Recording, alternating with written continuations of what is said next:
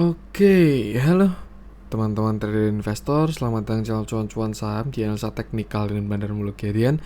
Seperti biasa hari ini hari Rabu 18 Mei 2022, hari yang sangat menarik.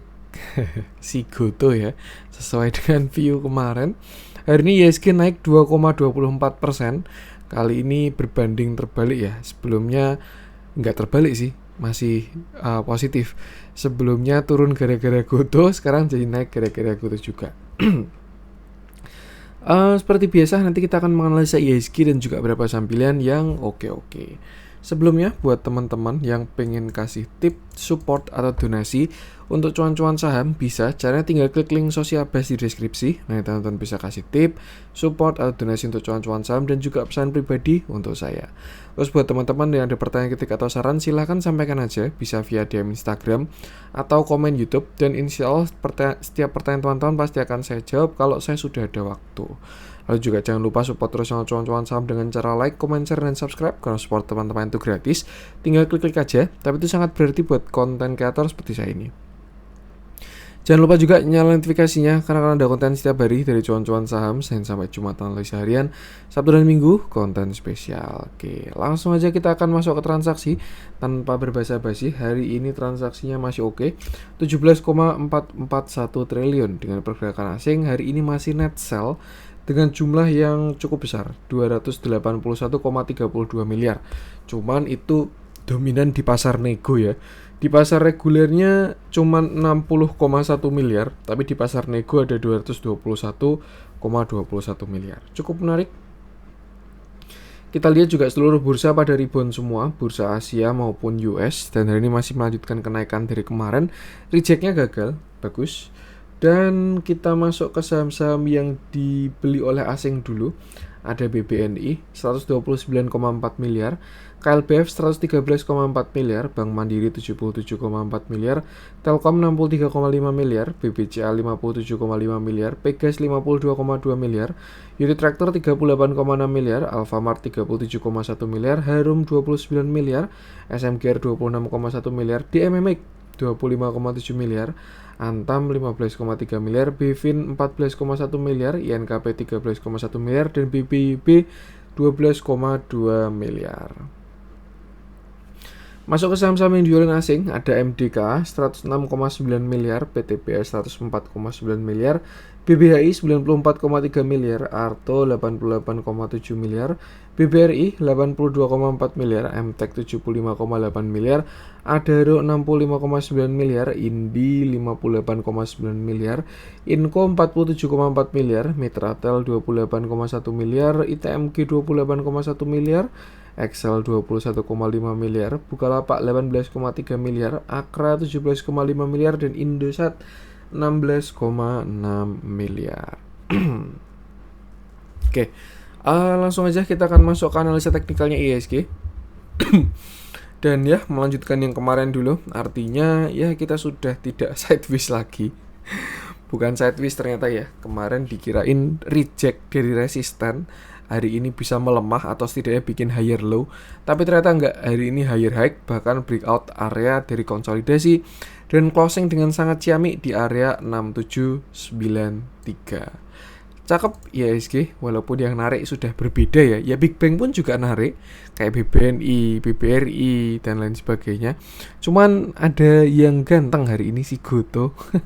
Sesuai view kemarin ya, itu kalau teman-teman ngikutin analisa kemarin tuh sesuai dengan view-nya, dan hari ini lumayan lah.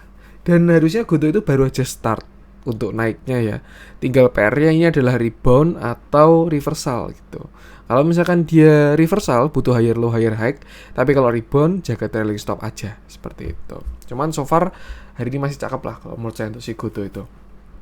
Nah, kembali ke ISG lagi. Terakhir kemarin kita resisten di 6730, 6700, dan berhubung sudah berhasil breakout, sekarang kita resisten ada di sekitar 6800-an. Hari ini pun juga high-nya ada sampai 6800, tapi ada reject juga. Cuman kalau misalkan kita lihat dari reject-nya ya, shadow-nya pendek, artinya tekanan jualnya tidak terlalu kuat, which is itu bagus. Dan ya, saya rasa ya ini harusnya ISG kena 6900 kalau menurut saya ini.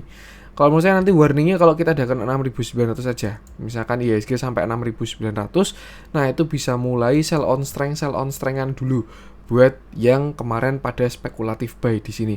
Kalau punya barang, misalkan anggap barang 2021 atau bahkan 2020, saya rasa itu masih tidak masalah sama sekali. Cuman kalau misalkan barangnya kemarin spekulatif buy di 6.500 waktu bottom tanggal 13 Mei, nah itu bisa sell on strength ketika kena 6.900 dulu. Kenapa? Karena yang pertama itu kena resisten, yang kedua IHSG belum ada higher low.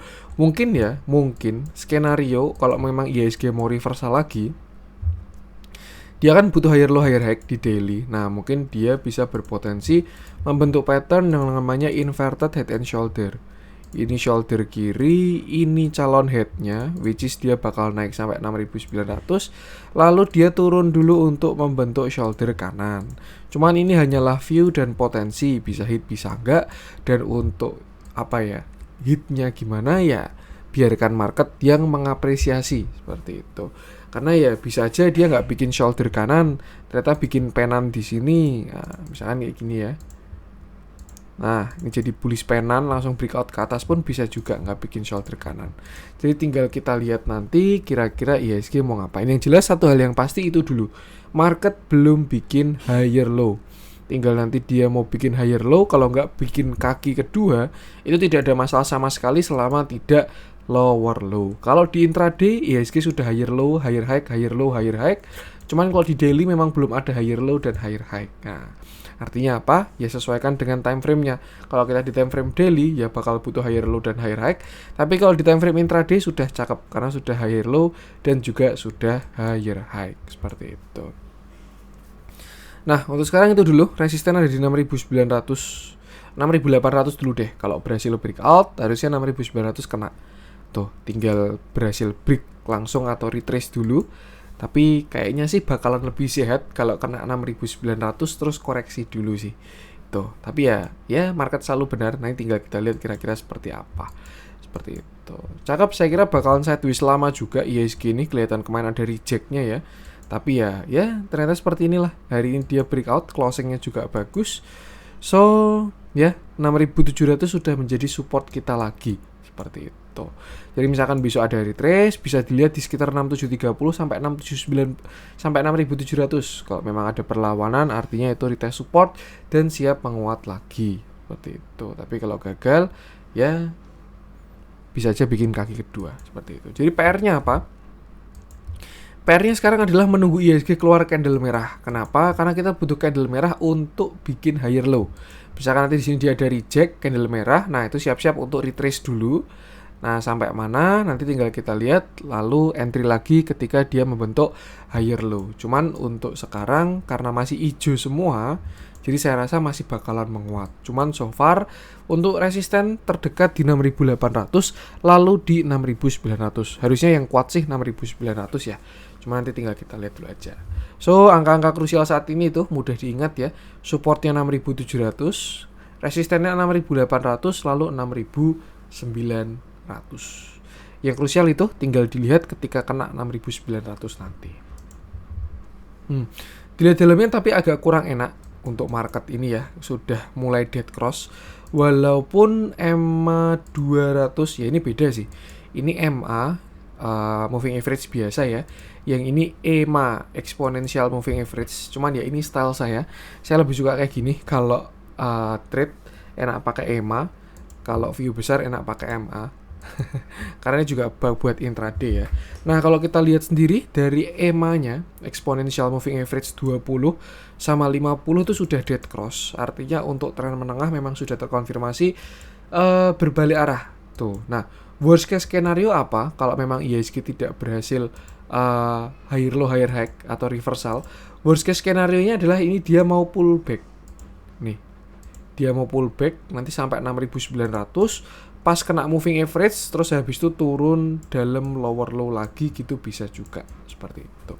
Yang jelas selalu batasi resiko aja karena kita untuk pergerakan pendek tidak dalam tren yang jelas. Kalau kemarin ketika kita dalam sebuah uptrend channel ya itu enak, yang penting nggak patah uptrend aja gitu dah.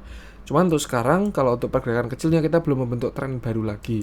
Tapi kalau bigger view-nya, nah IHSG ini masih strong uptrend, jadi tidak ada masalah sama sekali. Seperti itu. Dan selalu batasi resiko aja. Mau marketnya gimana pun, mau uptrend, downtrend, sideways, PR tetap batasi resiko aja. Itu besok 6.900 adalah area krusial dari si IHSG. Oke, itu untuk IHSG, tinggal ingat-ingat aja angka-angka krusialnya. Langsung aja kita akan masuk beberapa saham pilihan. Kita mulai dari yang dibeli asing dulu. Saya pengen bahas BBNI untuk perwakilan Big Bang hari ini. Oke, BBNI hari ini naik 3,55% dengan candle yang cukup menarik dan volume yang cukup besar, pas di rata-rata ya. Terakhir dia ketika lower low, saya bahas BBNI itu di sini 12 Mei ya, ketika dia breakdown dari 10 Mei ini kan dia lower low.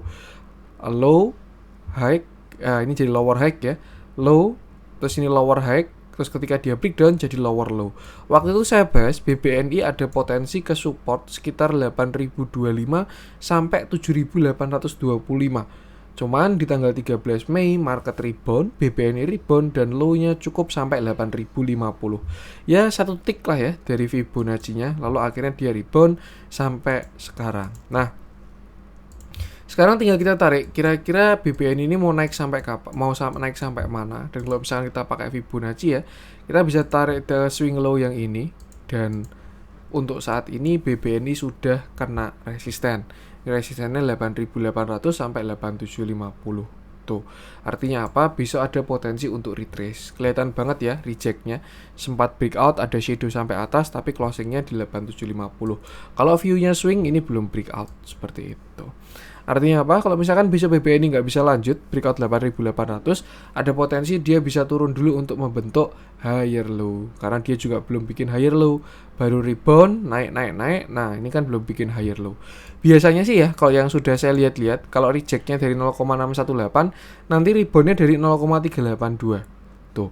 Jadi mungkin besok bisa dilihat di area 8.500 kalau memang BBNI reject. Besok misalkan candle merah ya, itu potensi retrace-nya bisa ke area 8.500. Itu pas di area support juga. Sebelumnya dia breakout di 8.500 ya, ketika dia ascending triangle. Nah ini tuh, jadi ya tinggal kita lihat aja nanti besok kalau dia gagal breakout. Kalau berhasil breakout, target selanjutnya ada di sekitar 9.200 untuk si BBNI ini. Seperti itu. Tetap selalu batasi resiko aja, walaupun kemarin udah lower low ya, tinggal kita lihat nanti. Ikuti angka-angka krusial tadi. Support 8.500, resisten 8.750 sampai 8.800. Nextnya baru di sekitar 9150. Kita lihat dalamnya, hari ini terjadi big akumulasi untuk si BBNI ini. Dan kalau kita lihat memang bandar movementnya nggak kaleng-kaleng ya BBNI ini. Bandar movementnya konsisten, foreign flow-nya pun juga konsisten. Jadi ya menurut saya ini masih oke. Dan kalau kita lihat ini BBNI sangat apa ya? Sangat sensitif sama foreign flow. Artinya kita bisa gunakan indikator ini sebagai indikator yang valid lah untuk si BBNI ini. Tuh, ketika dia turun, asingnya juga keluar. Cuman kalau kita bandingkan ya, ini asingnya masih banyak banget di dalam, seperti itu. Cuman ya jelas kita sebagai retail pegangannya adalah technical analysis, itu aja. Jadi ya selalu batasi resiko, gunakan support tadi, seperti itu. Itu untuk BBNI. Lanjut coba kita cek apa nih, DMMX. Wah seru nih DMMX nih, sesuai view. Kalau misalkan teman-teman ngikutin CCS ya entah di grup yang kemarin saya call maupun di YouTube, saya ingat banget itu bahas si DMMX itu di sini 11 Mei ini saya bahas DMMX. 12 Mei di markdown. Ini ya definisi dari markdown. Dia turun 6,27%, tapi volumenya nggak ada sama sekali dibandingkan ketika dia naik. Habis itu dia rebound dari trendline, terus menguat, dan hari ini sudah berhasil breakout. Oke, saya rasa DMMX sudah valid reversal untuk saat ini. Nah, hari ini DMMX naik 15,07% dengan candle yang solid dan volume yang sangat besar. Closingnya pun juga bagus, jadi saya rasa dia sudah valid untuk reversal. Terakhir dia di sini falling wedge. lalu dia breakout ke atas, sempat kena resist di 1970, retrace dulu. Nah, di sini goceannya yang serem waktu itu. Sempat saya hilangin dari watchlist juga karena jebol 1600. Cuman ternyata bandarnya pengen pakai closingan. Jadi walaupun dia sempat berkali-kali tembus 1600, tapi dia belum pernah closing di bawah 1600. Jadi ya sebenarnya dari aspek swing masih dalam toleransi seperti itu. Setelah itu dia naik ke atas, kena resisten lagi, turun membentuk higher low di 1670 dan sekarang akhirnya berhasil breakout. Kemarin ada potensi dia bikin ascending triangle ya, 1, 2, 3.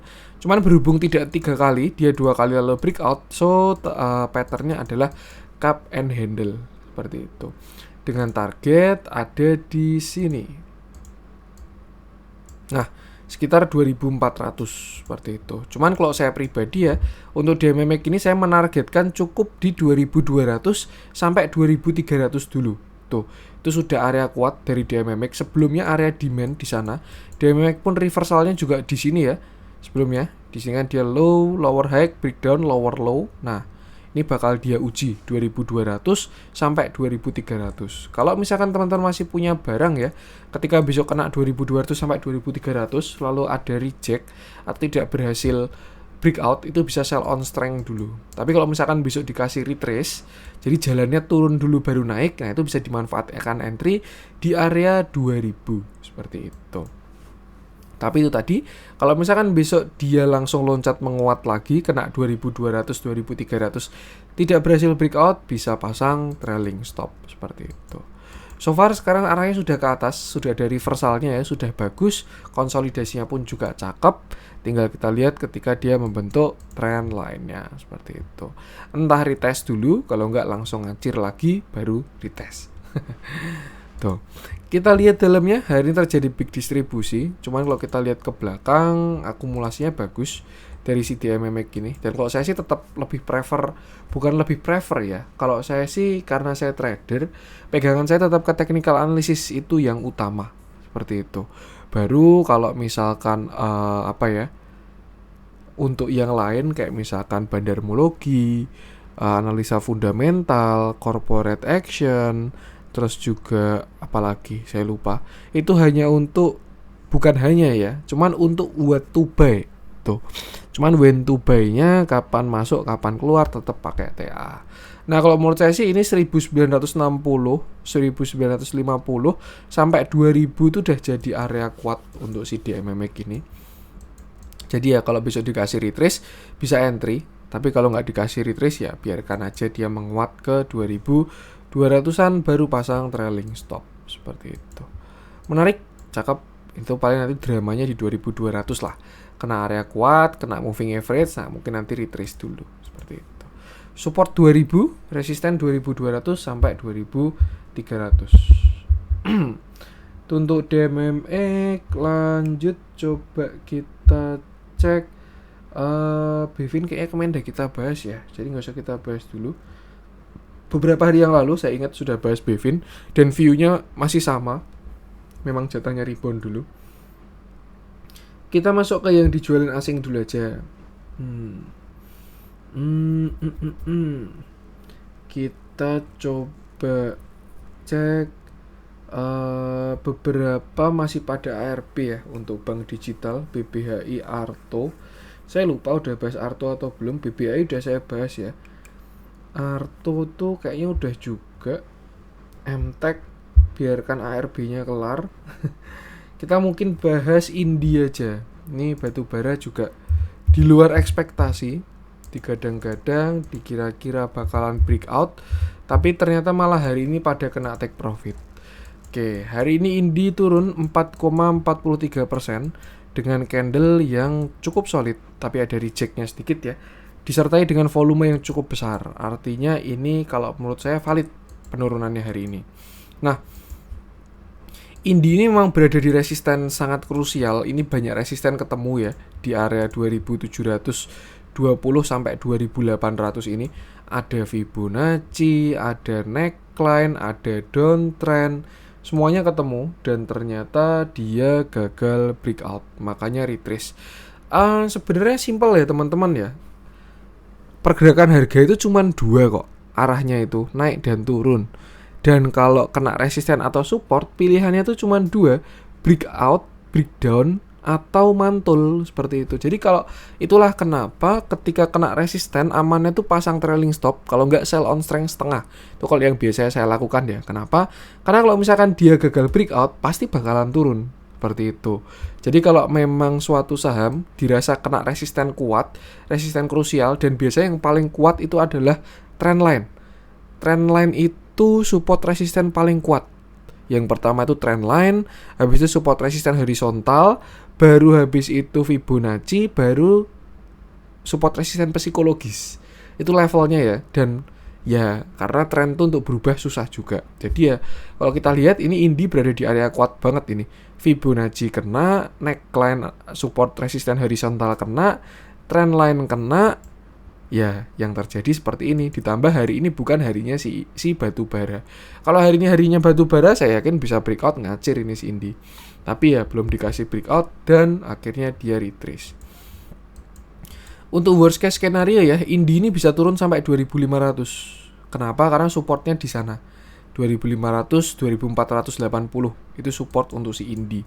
Jadi ya itu worst case skenario. Dan kalau dia jebol dari 2490, ya dia bisa ke sini, ke trendline bawahnya ini. Tuh. Nah, kalau kita lihat Indi ini masih dalam pattern konsolidasi, bisa kita bilang symmetrical triangle juga, dan selama tidak jebol ke bawah harusnya masih oke. Bahkan menurut saya pun juga konsolidasinya masih oke untuk si Indi ini. Cuman ya memang dia belum dikasih breakout aja, seperti itu.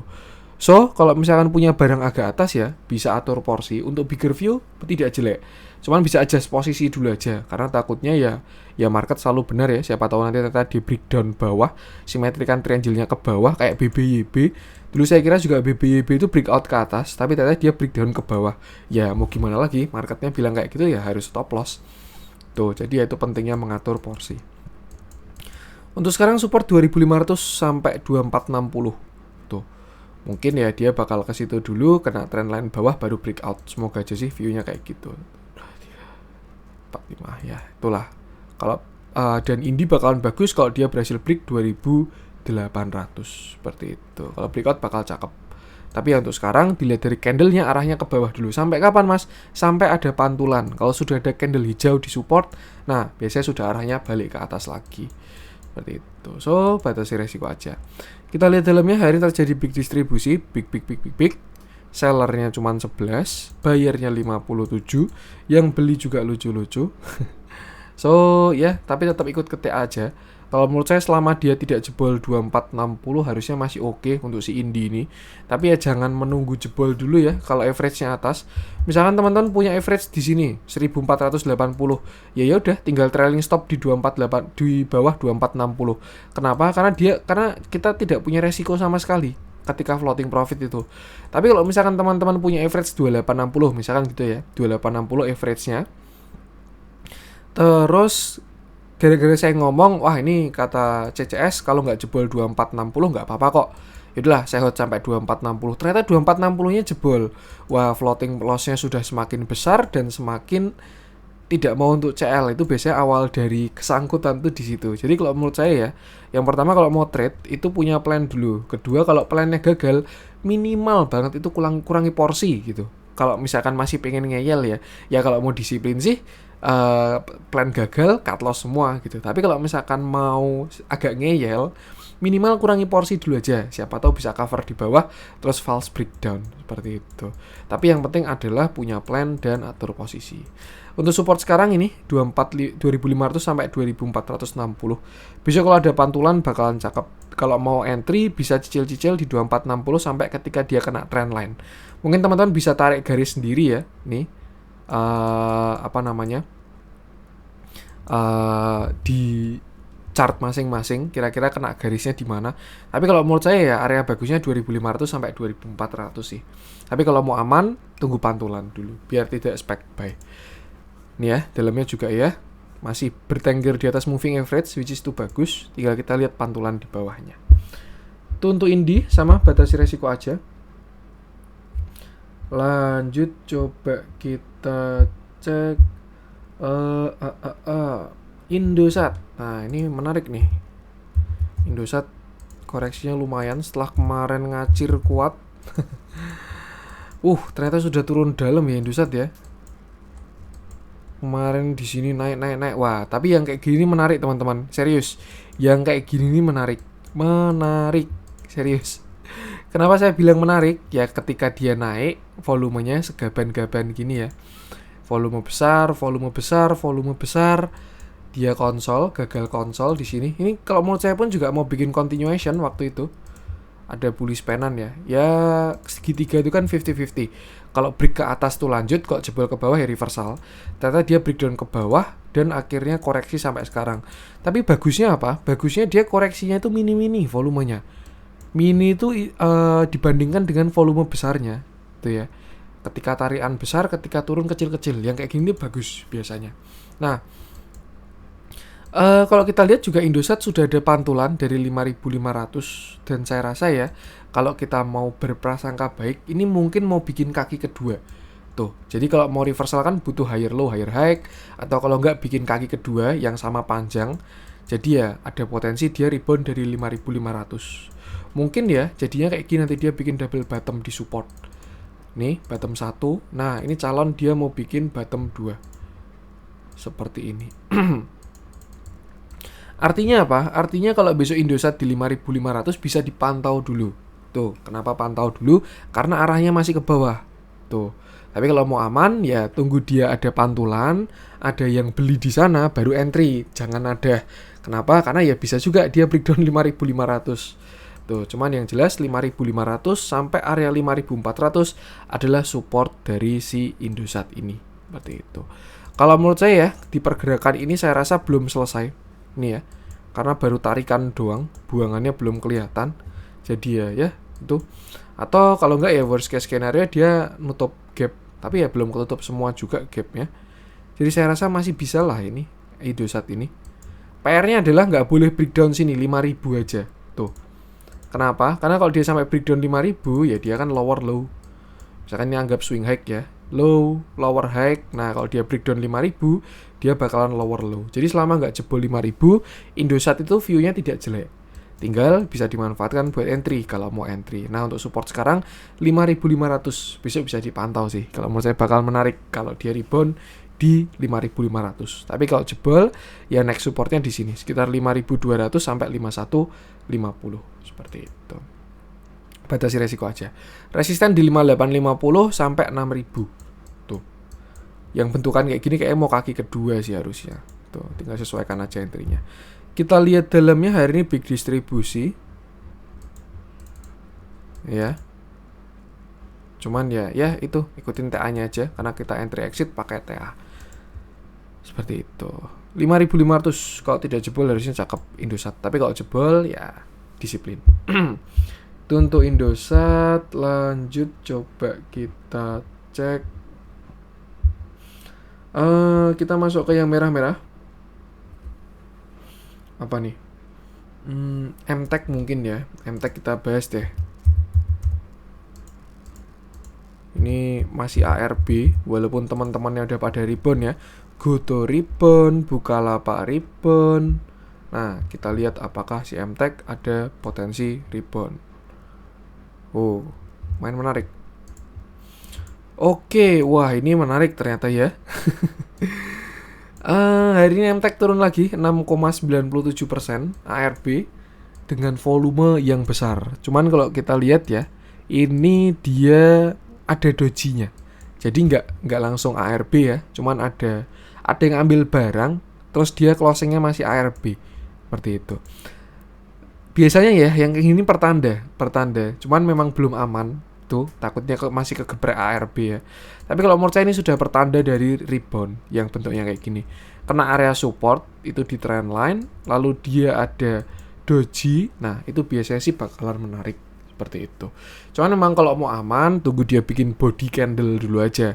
Misalkan besok dia rebound ya, itu harusnya menarik. Nah kalau menurut saya besok pagi-pagi masih bakalan turun. Tapi kalau memang view-nya bagus ya, mungkin dia turun bikin shadow doang.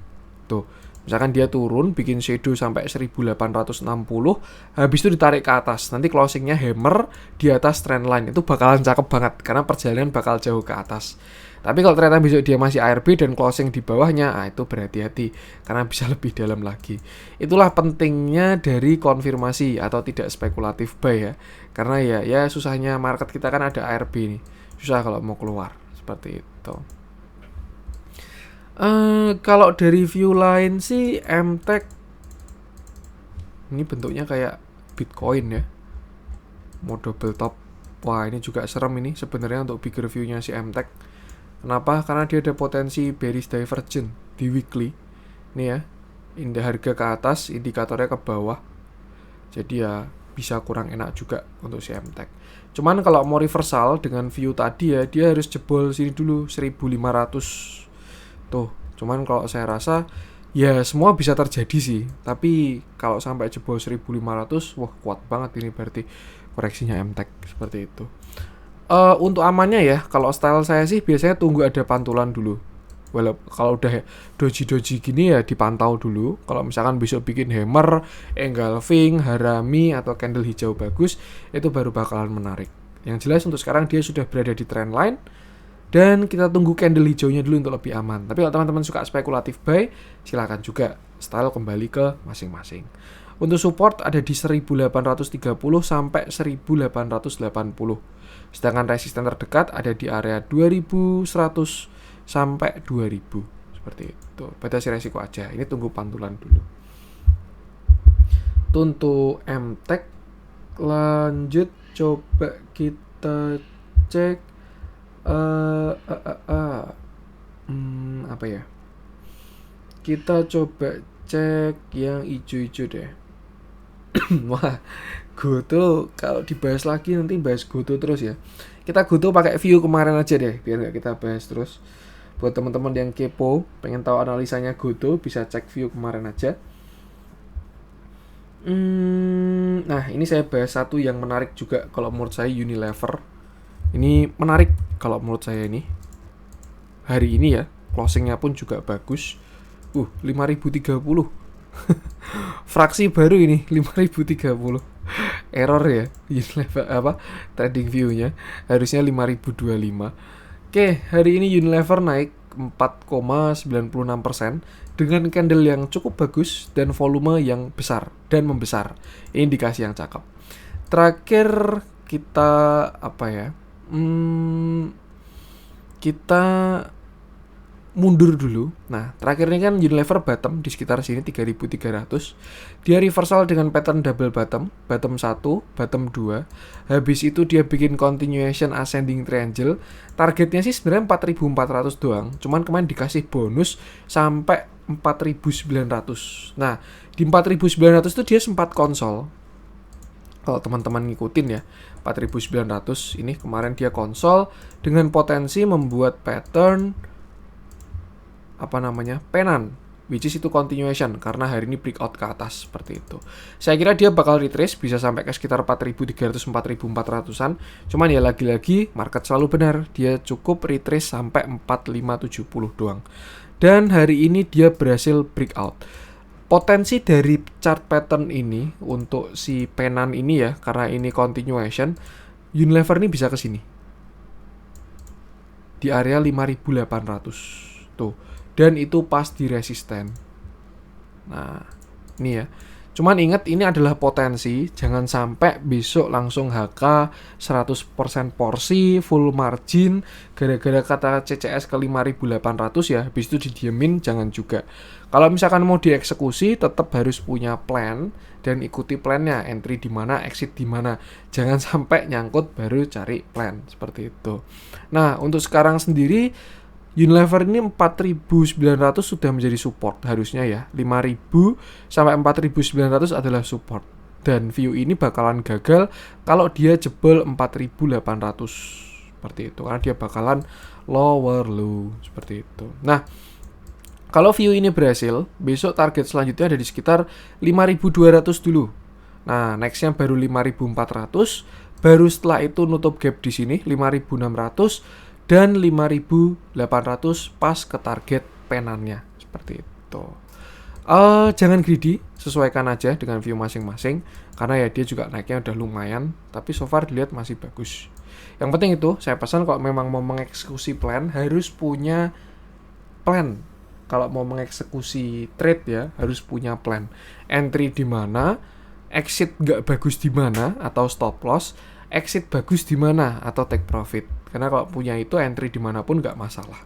Seperti itu. Habis itu tinggal diikuti dengan money managementnya. Seperti itu. Cuman ini 5.200 sampai 5.400 juga area kuat. Tapi kalau dia memang besok sampai berhasil breakout ya, kayaknya 5.800 tinggal menunggu waktu aja. Tapi ya PR-nya 5.200 sampai 5.400 dulu untuk saat ini. Tuh, batasi resiko aja, support di 5.000 sampai 4.900. Kita lihat dalamnya, flow-nya semakin ganteng. Hari ini pun juga masih ganteng ya. Ini juga masih cakep banget buyer side-nya hari ini, tanggal 18. Yang beli RX nih ya, buyer cuma 15, sellernya 66. Artinya hari ini masih diakumulasi juga. Asingnya pun juga masuk. Net value, asing di mana ya? Asing harus di RTI bisnis kayak. Tuh. Kalau nggak pakai yang bid over, tapi nanti kelihatan watchlist saya. Ini ya, yang beli bukan kaleng-kaleng ini, Avenger berjejer, RX, CS, BB, ZP, MG, AI, AK, yang jualan ini. YP, PD, RF, CC, NI, SK, KK, XC, DH, YJ. Ya sebenarnya YP, PD, RF ini pun juga retail apa ya? Retail pinter lah bahasanya. Tapi ya kalau dibandingkan buyer side-nya bagus. Asingnya pun juga cakep.